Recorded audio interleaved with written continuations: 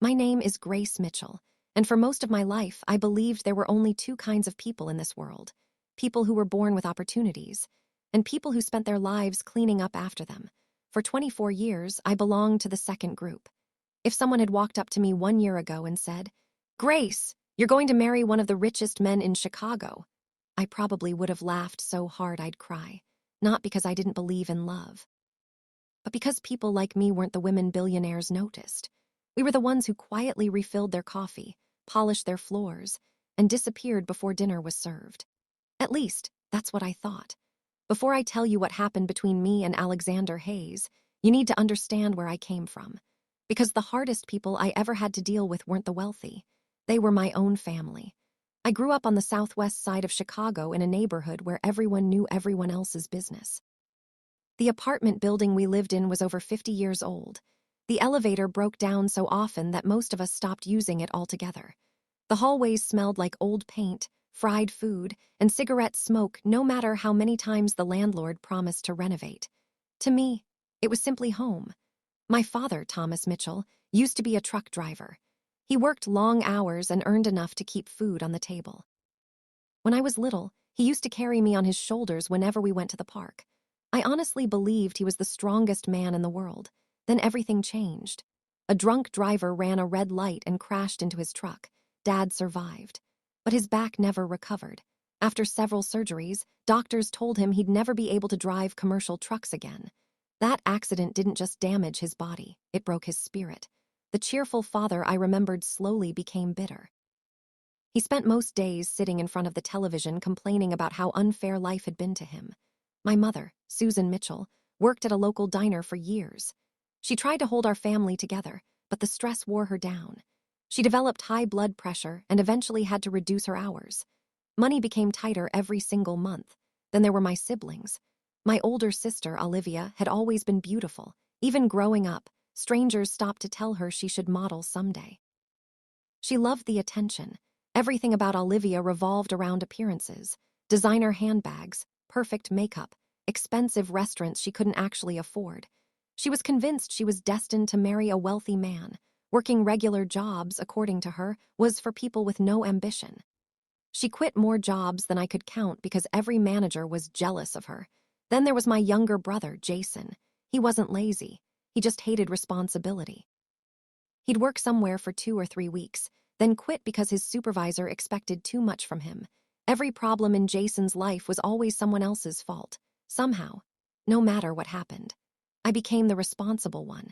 After graduating from high school, I enrolled in a nursing program at a community college. I loved every minute of it. The first time I practiced taking someone's blood pressure, I remember thinking, this is what I'm supposed to do with my life. Helping people made me happy. It gave me purpose. But dreams are expensive. Reality isn't. Halfway through my second semester, my mother's medical bills started piling up. Collection agencies called our apartment almost every day. The electricity was disconnected twice in 1 year. Our landlord threatened eviction. I watched my parents argue every night over money they didn't have. One evening, my father sat me down at our tiny kitchen table. His eyes stayed fixed on his coffee mug. "Need your help." I already knew what he meant. "I can pick up extra hours after class." He slowly shook his head. "That won't be enough." Silence that followed felt endless. Finally, he looked at me. "You should leave school." I stared at him. "What?" "You can always go back later." I knew he was lying. People always say that. Very few actually do. Mom reached across the table and squeezed my hand. "It'll only be for a little while." I wanted to believe her. Instead, I withdrew from college the following week. Walking out of the admissions office with my paperwork in my hand felt like burying a future I'd spent years imagining. I cried the entire bus ride home. No one in my family ever asked how I felt about giving up my dream. They simply thanked me for doing the right thing. Within 2 weeks, I started working for a residential cleaning company. The hours were exhausting.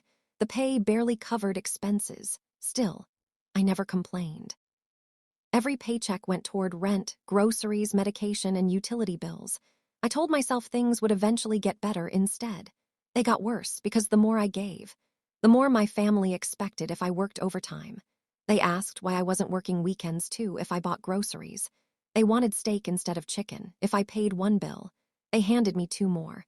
The words "thank you" became strangely absent from our home. One Friday evening, I came home carrying 4 heavy grocery bags. Before I even reached the kitchen, Olivia looked me up and down. Still wearing my cleaning uniform, she laughed. "You smell like bleach." I looked at my shirt. I came straight from work. "You could have changed." "I didn't have time," she rolled her eyes. "I would die before anyone saw me dressed like that." Jason grabbed a soda from one of the grocery bags. At least she finally bought the good brand. I smiled weakly. "I'm glad you like it." Dad barely looked away from the television. "Did you pay the gas bill?" "Yes." "What about the internet?" "I'll pay it next week." He sighed dramatically. "Next week doesn't help today." Mom opened one of the grocery bags. No fresh salmon. It was too expensive, she frowned. "Eating chicken again," Olivia laughed. "Maybe if Grace found a better job instead of scrubbing rich people's bathrooms." I quietly interrupted. "I clean entire houses." She shrugged. "Same difference." Jason smirked. "You know what my friends call you?" I looked at him. Everyone laughed, even my parents. I forced myself to smile because crying would have only made things worse. After dinner, I stood alone on the apartment balcony, staring across the city lights. Sometimes I wondered, if I disappeared tomorrow, would anyone actually miss me, or would they only miss the money I brought home? The following Monday, while I was cleaning a townhouse downtown, my phone rang. It was my supervisor. "Grace," she said. "How would you feel about working for one family instead of cleaning 6 different houses every—" "Love that. The position is full-time." "'Kay, it's livin'." I hesitated. Never lived where I worked. "The salary is almost triple what you're making now." I nearly dropped my mop. "I'm sorry. Did you say triple?" I did. My heart started racing. Triple my salary meant I could finally pay off my parents' debts, maybe. Just maybe. I could even save enough to return to nursing school someday. "Who's the employer?" There was a brief pause, then she answered. "Alexander Hayes." I froze. Everyone in Chicago knew that name. Alexander Hayes wasn't just rich.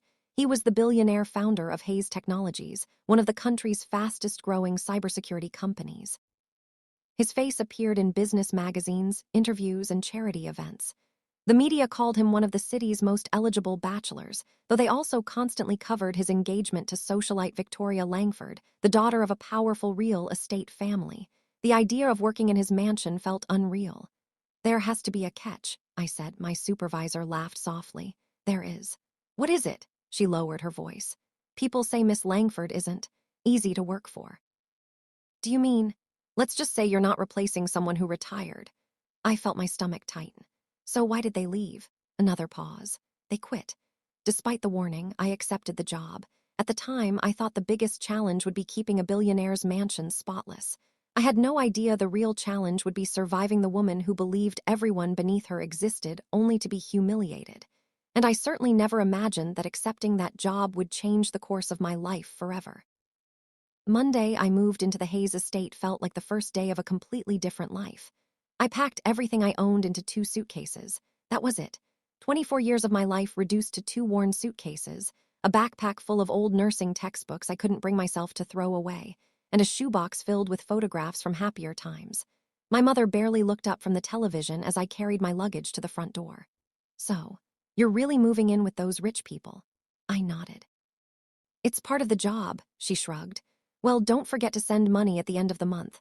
"I'll miss you, not good luck, not even be careful, just forget to send money." My father was reading the newspaper. Without lowering it, he said, "People like that don't care about workers, don't expect them to treat you like family." "I know, you'll always just be the maid." I forced a smile. "I understand." My older sister, Olivia, walked into the living room carrying her designer handbag, the one she'd bought with a credit card she could barely afford to pay off. "So, you're finally becoming a full-time servant?" I sighed. "It's a housekeeping position." She laughed. "Call it whatever makes you feel better." Then she looked at me from head to toe. "Just hope you don't embarrass yourself." "Try not to," she smirked. "Maybe if the billionaire has a single brother, introduce me." Jason burst out laughing from the couch. I was thinking the same thing. I couldn't help smiling a little. "You two are unbelievable." Olivia grinned. "I'm serious." She leaned closer. "If I were working in a billionaire's mansion, I'd make sure I married rich instead of cleaning for rich people." Dad folded his newspaper. "That's enough." One brief second. I thought he was defending me. Instead, he looked at me and said, "Just remember why you're going." "Help this family." I nodded quietly. "I know." No one hugged me when I left. No one stood at the window waving goodbye. As the taxi pulled away, I looked back one last time. The curtains stayed closed. That hurt more than I expected. The drive to the Hayes estate took almost 40 minutes. The closer we got to the North Shore, the larger the houses became, beautiful neighborhoods, tree-lined streets, luxury cars parked in spotless driveways. It felt like another world. When the taxi finally stopped in front of enormous black iron gates, I thought the driver had the wrong address. The property looked more like a five-star resort than someone's home. A security guard stepped out of a small building beside the entrance. He checked my identification before speaking into an earpiece. A few seconds later, the gate slowly opened. The taxi continued up a winding driveway lined with perfectly trimmed hedges and colorful flower gardens. A large fountain stood in the center of a circular driveway. Beyond it stood the mansion. It was breathtaking. Tall stone columns framed the entrance. Floor-to-ceiling windows reflected the morning sunlight. A balcony stretched across the second floor. To the right, I spotted a glass greenhouse. To the left sat a sparkling swimming pool that looked larger than the community center near my apartment. I whispered to myself, "Please don't mess this up." Front doors opened before I could ring the bell. A graceful woman in her early 60s stepped outside. She wore a Navy housekeeping uniform and carried herself with quiet confidence. "You must be Grace." "Yes, ma'am." She smiled warmly. "Margaret Collins." She reached out her hand. "Manage the household staff." Her handshake was firm but kind. "Welcome to the Hayes estate." The first time that morning, I felt my nerves settle. Margaret led me inside. The foyer alone was larger than my family's entire apartment. The marble floors gleamed. Crystal chandeliers hung from ceilings so high I had to tilt my head back to see them. Original paintings decorated the walls. Fresh flowers filled enormous glass vases. Everything looked perfect, almost too perfect. As we walked through the house, Margaret explained the routine. There are 8 full-time employees. Chefs, 3 housekeepers, groundskeepers, 1 chauffeur. She handed me a small notebook. "This contains your schedule." I flipped through it. Every room had detailed cleaning instructions, laundry schedules, guest room rotations, inventory lists. It was more organized than some businesses. Margaret smiled. "It seems overwhelming today. It'll become second nature." "I hope so." "It will." She showed me the employee dining room, the laundry facilities, the supply closets, then she led me upstairs. "This will be your room." She opened a white door. I stopped walking. The room was beautiful. A queen-size bed, hardwood floors, a private bathroom, a desk, a bookshelf, a large window overlooking the gardens compared to the bedroom I'd shared with Olivia growing up. It felt like a luxury hotel. "Have Sundays off unless there's an event." Margaret smiled. "If you need anything, my office is downstairs." I couldn't stop looking around. "This room is bigger than my apartment." She laughed softly. Many of the staff say the same thing. After unpacking, Margaret asked me to help polish silverware in preparation for a charity dinner later that week. As we worked, she gave me advice. "Mr. Hayes is fair. Worked for him nearly 12 years. Expects honesty. If you make a mistake, tell him. Dislikes excuses more than mistakes." I nodded. "What about Miss Langford?" Margaret's hands paused for just a second. Then she continued polishing. "Remain respectful. Do your work. And don't take anything personally." I looked at her. "Is she really that difficult?" Margaret offered a careful smile. "Let's just say, she enjoys reminding people where they stand." Before I could ask another question, a black luxury SUV pulled into the driveway outside. Margaret glanced through the window. "They're home." My stomach tightened. I quickly returned to polishing. The front door opened downstairs. I heard footsteps, voices, laughter then. High heels clicking sharply against the marble floor. Margaret quietly stood. "Come." We walked into the foyer just as 2 people entered. The first was Alexander Hayes. He was taller than I expected, maybe 6'3", dark brown hair, broad shoulders, a tailored navy suit. He looked exactly like the business magazines, except more approachable. He thanked the chauffeur for opening the door, then noticed us. His expression softened. "You must be our new housekeeper." He walked over and offered his hand. "I'm Alexander." "A Mr. Hayes." "Just Alexander." I shook his hand. "Grace Mitchell. Welcome. I hope everyone has made you feel at home." "They have. If you need anything, Margaret knows how things work around here." "Thank you." He smiled politely before turning toward the staircase, then another voice interrupted. "Oh, so this is the replacement?" I turned. Victoria Langford stood beside him. She was stunning, tall, elegant, perfect blonde hair, a cream-colored designer dress, diamond earrings that probably cost more than my parents' apartment. She slowly looked me up and down. Not with curiosity, with judgment. Her eyes lingered on my simple shoes, my neatly tied ponytail, my inexpensive uniform. Then she smiled. It wasn't a friendly smile. It was the kind people wear right before saying something cruel. I certainly hope this one lasts longer than the last girl. I blinked. I'm sorry. Victoria ignored my question. She looked at Margaret instead. Has she been trained properly? Yes, Miss Langford. Her eyes returned to me. I don't tolerate laziness. I understand. I dislike repeating myself. Yes, ma'am. She stepped closer, close enough for only the three of us to hear. If I ask for something, I expect it immediately. Alexander frowned slightly. Victoria, she smiled sweetly at him. What? Simply introducing myself. There was something in his expression I couldn't quite read. It wasn't anger, it was discomfort, as though he'd seen this side of her before and didn't like it. He looked back at me. Welcome again, Grace. Sure you'll do well here. Then he walked toward his office. Victoria watched him leave. The sweet smile vanished from her face. She looked directly at me. Mistake his kindness for permission to get comfortable. Then she turned and followed him upstairs, her heels echoing through the silent foyer. I stood frozen. Margaret let out a slow breath. Without looking at me, she quietly said, I told you not to take it personally. I managed a small nod, but deep inside, I had a feeling this wasn't just a difficult introduction. It was the beginning of something much worse. The first week at the Hayes estate taught me something I had never fully understood before. Money couldn't buy kindness, but it could certainly hide cruelty behind a beautiful smile. From the outside, the Hayes estate looked like something out of a luxury magazine. Every flower was perfectly arranged, every window sparkled, and every room smelled faintly of fresh lilies and polished wood. Behind those elegant walls, however, there was one person who made everyone nervous, Victoria Langford. She had a habit of walking into a room so quietly that you wouldn't notice her until she was standing behind you. And somehow, no matter how hard you worked, she always found something wrong. 3 days after I started, I was arranging fresh flowers in the formal dining room.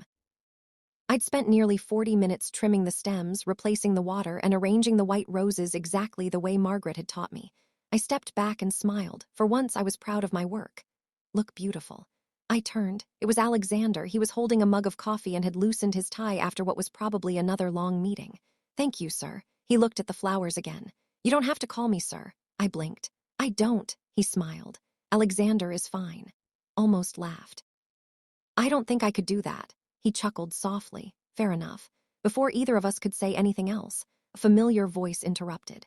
Alexander. Victoria entered the room carrying a designer handbag and wearing oversized sunglasses despite being indoors. Her smile disappeared the second she noticed me. What are you doing? I just finished arranging the flowers. She walked over, studying the centerpiece. For a moment, I thought she actually liked it then.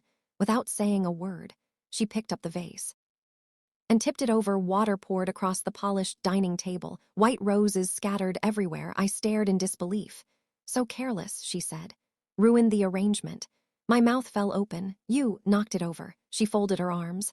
Are you arguing with me? No, ma'am, I don't pay employees to make excuses. Alexander looked at the soaked table. Victoria, she smiled sweetly. Saw what happened. Her smile faded. So, you knocked it over. She laughed lightly. Are you seriously taking the maid's side over flowers? He didn't answer immediately. Instead, he grabbed a few napkins and handed them to me. Worry about it. Help clean. I quickly shook my head. No, please, I can do it.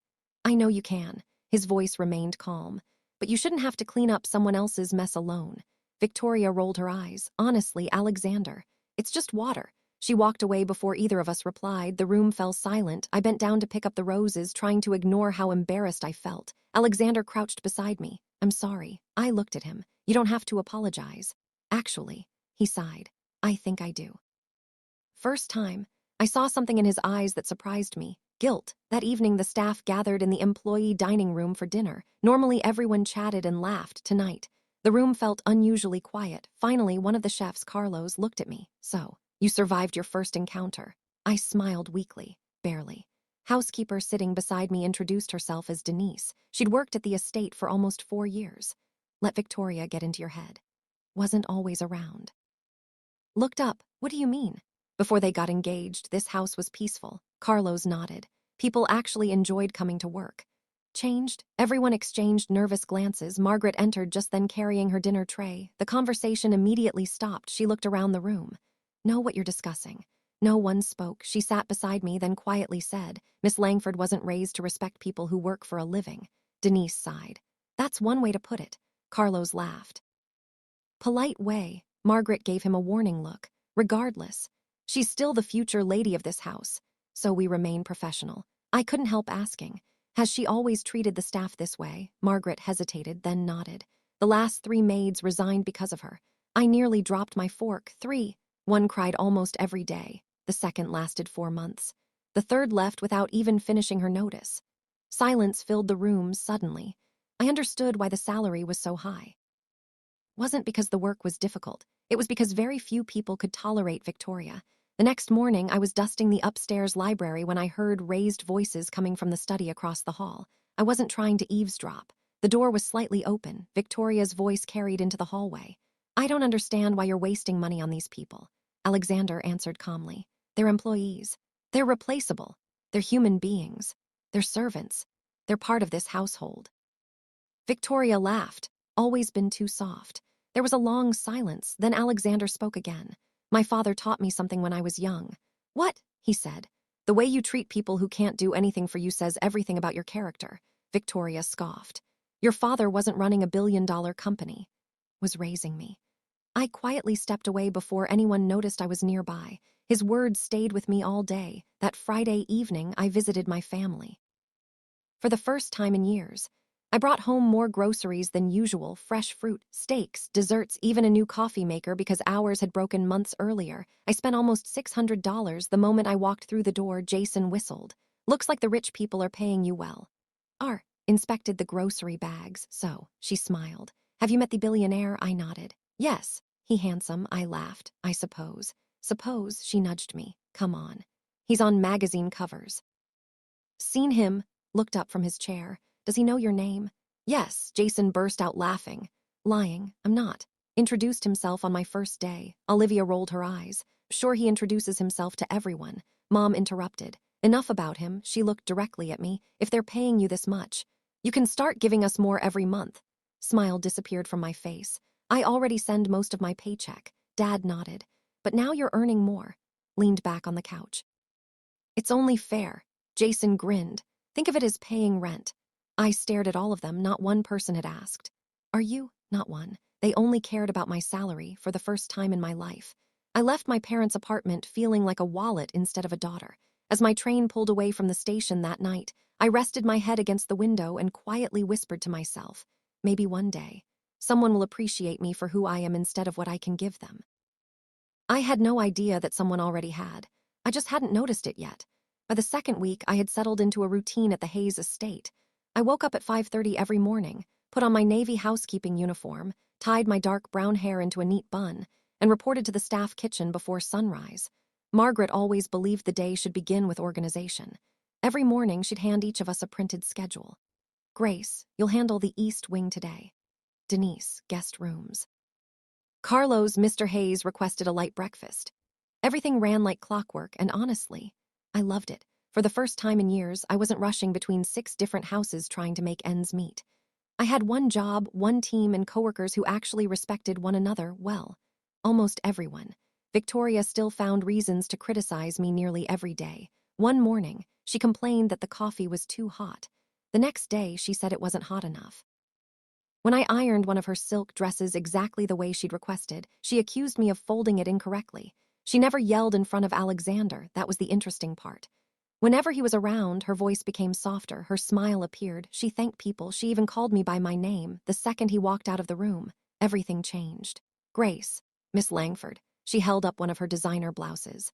Do you see this wrinkle? I looked carefully, honestly. I couldn't see one.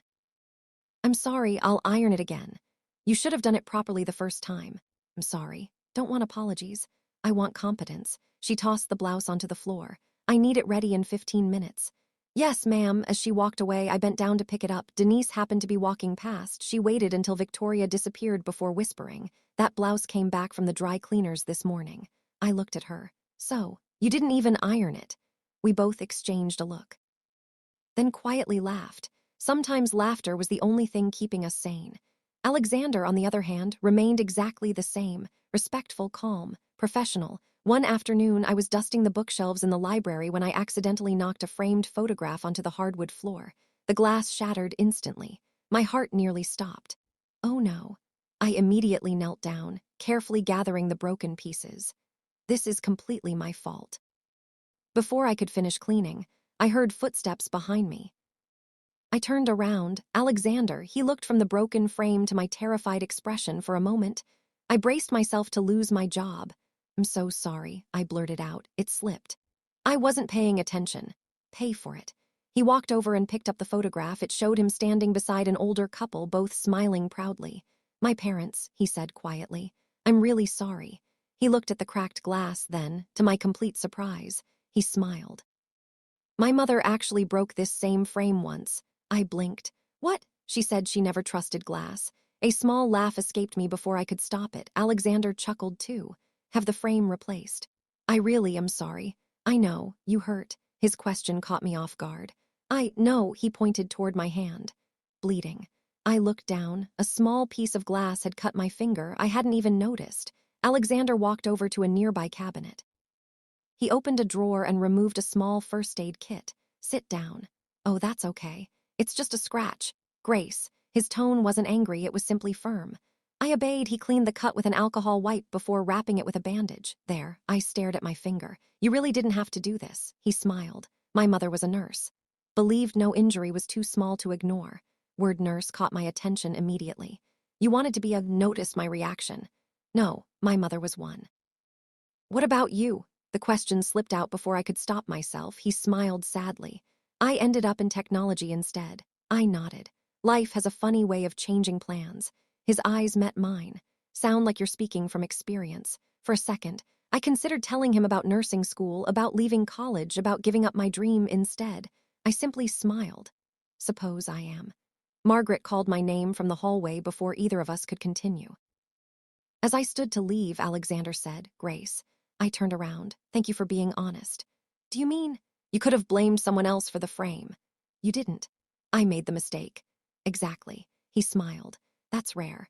That evening after dinner, I went to my room and opened the small plastic storage box I'd brought from home. Inside were my old nursing textbooks, medical terminology, human anatomy, patient care. I hadn't opened them in months. I ran my fingers across the worn covers. Sometimes, I wondered what my life would have looked like if I hadn't dropped out. Would I be working at a hospital by now? Would I have my own apartment? Would my family finally be proud of me? A soft knock interrupted my thoughts. It was Margaret. "I hope I'm not disturbing you." "At all." She noticed the textbooks immediately. "I didn't know you studied nursing." "I used to." "Happened." I smiled sadly. "Life." She didn't ask another question. Instead, she picked up one of the books and flipped through it. "You kept all of them." "I couldn't throw them away." "You still want it." I nodded. "More than anything." Margaret looked at me for several long seconds, then she quietly said, "Don't give up on dreams simply because they've been delayed." I smiled politely. "Appreciate that." She placed the book back on the desk. "You know, Mr. Hayes has funded scholarships for hundreds of students." I looked up. "He has. He rarely tells anyone. Believes helping people shouldn't be done for publicity." I wasn't surprised. That sounded exactly like the man I'd come to know over the past 2 weeks. Kind, quiet, generous, the complete opposite of the woman he planned to marry. As Margaret reached the door, she paused. "Oh, there's a charity gala here this Saturday. Nearly 200 guests." She smiled knowingly. "So get some rest. We're all going to need it." I had no idea that gala would become the night that changed everything. The night Victoria would finally lose control. And the night Alexander Hayes would make a choice that no one, including me, ever saw coming. The entire Hayes estate transformed in the days leading up to the charity gala. It wasn't just another party. According to Margaret, it was the biggest event Alexander hosted every year. Business executives, politicians, celebrities, investors, and leaders of several charities would all be attending. The event raised millions of dollars for children's hospitals and education programs. For the staff, it meant one thing: perfection. By Wednesday morning, florists were arriving every hour with fresh white orchids, roses, and hydrangeas. Event planners walked through the mansion carrying blueprints. Electricians tested lighting in the ballroom, while chefs finalized a menu that looked more like something from a five-star restaurant than a fundraiser. Every employee had extra duties. Mine included preparing guest suites, polishing crystal glasses, arranging floral centerpieces, and helping set up the ballroom. The work was exhausting. But unlike my previous jobs, no one complained. Everyone knew Alexander appreciated hard work. If the event went well, every member of the staff would receive a generous bonus. That alone motivated everyone. Well, almost everyone. Victoria wasn't interested in thanking anyone. She was interested in finding faults. Thursday afternoon, I was arranging place cards on the banquet tables when she entered the ballroom. She slowly walked around, inspecting everything with her arms folded. She stopped beside one of the centerpieces. "This flower arrangement is crooked." I looked carefully. It wasn't. "I'm sorry, I'll fix it." "You'd better." I adjusted the vase by less than an inch. There. She didn't even look at it. Instead, she picked up one of the name cards. "The font is ugly." The event planner selected those. "Then they have terrible taste." She tossed the card onto the table. Margaret stepped forward. "We can request new ones if you'd like." Victoria waved a dismissive hand. "Forget it." Then her eyes landed on me. "Grace, Miss Langford, my diamond bracelet needs polishing. Take care of it. Costs more than your yearly salary." I stayed quiet. "If anything happens to it," she smiled, "be paying me back for the rest of your life." She placed the bracelet into my hand before walking away. Denise leaned toward me after Victoria disappeared. "Swear she wakes up every morning looking for someone to ruin." I couldn't help smiling. "I think you're right." That evening, I carefully cleaned Victoria's bracelet using the jewelry cloth Margaret gave me. When I finished, it sparkled. I placed it inside its velvet box and personally delivered it to Victoria's bedroom. She was sitting in front of a large mirror while two stylists discussed hairstyles for the gala. I knocked softly. "Your bracelet, Miss Langford." Without looking at me, she held out her hand. I placed the jewelry box in it. She opened it, examined the bracelet for several seconds, then she smiled. For one hopeful moment, I thought she might actually say thank you. Instead, she snapped the box shut. "Suppose it's acceptable." I simply nodded. As I turned to leave, one of the stylists smiled at me. "You did a wonderful job." Before I could answer, Victoria spoke. "Encourage mediocrity." Room fell silent. I quietly walked out. The stylist looked embarrassed. I actually felt sorry for her. No one seemed safe around Victoria. Friday morning brought another surprise. Alexander called a meeting with the household staff. We gathered in the breakfast room just after 8 o'clock.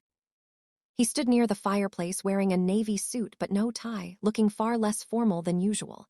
"I know everyone has been working long hours this week," he began. "I appreciate your dedication." He looked around the room.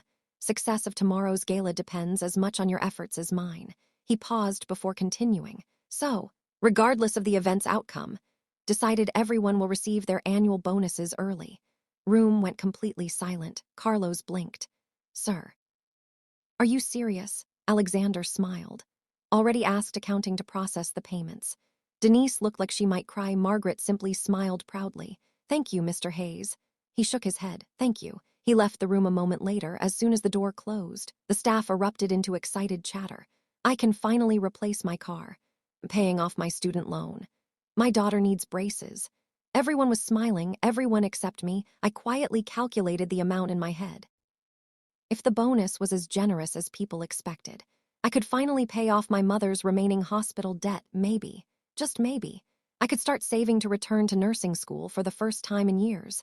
The future didn't seem impossible. That evening, I visited my family after work. I couldn't wait to share the good news. The moment I walked into the apartment, Jason looked up from the couch. "Here, I brought dinner." Olivia glanced at the takeout bags.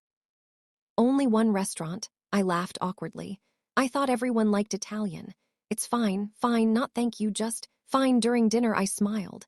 "Have some good news." My mother looked interested for the first time all evening. "What is it?" "My boss is giving everyone an early bonus." Dad nodded. "How much?" "I don't know yet." "Margaret says it's usually generous." Olivia's eyes lit up. "So you'll finally have money." I was thinking of saving most of it. Room became quiet. Dad frowned. "What?" I hesitated. "I'd like to go back to nursing school someday." Olivia laughed. "Nursing? You're still thinking about that?" I never stopped. Jason shook his head. "Too old to start over." 24. "So," Dad folded his arms, "your responsibility is this family. Been helping this family for years. You should keep helping." Mom reached across the table. "Grace, you know we need you." "I know. Then why are you talking about school?" I looked around the room. No one asked what I wanted. No one said they were proud of me. No one believed in my dream. Olivia picked up her phone. If I were you, I'd forget about nursing, find a rich husband, save everyone a lot of trouble. I laughed softly. You watch too many movies, she smirked. You work in a billionaire's mansion. Maybe one of his rich friends will notice you. Before I could answer, Dad chuckled. Only thing they'll notice is the maid serving drinks. Everyone laughed, everyone except me. I forced a smile so they wouldn't see how much those words hurt. An hour later, I left the apartment with tears burning behind my eyes. As I waited for the train back to the Hayes estate, I looked around at the crowded platform. Hundreds of strangers, yet somehow, I felt more alone than ever. Little did I know. Less than 24 hours later, at the charity gala, something would happen that would make every person in that mansion see me differently, including Alexander Hayes and Victoria Langford. Neither of them realized it yet, but the beginning of the end of their engagement was only hours away.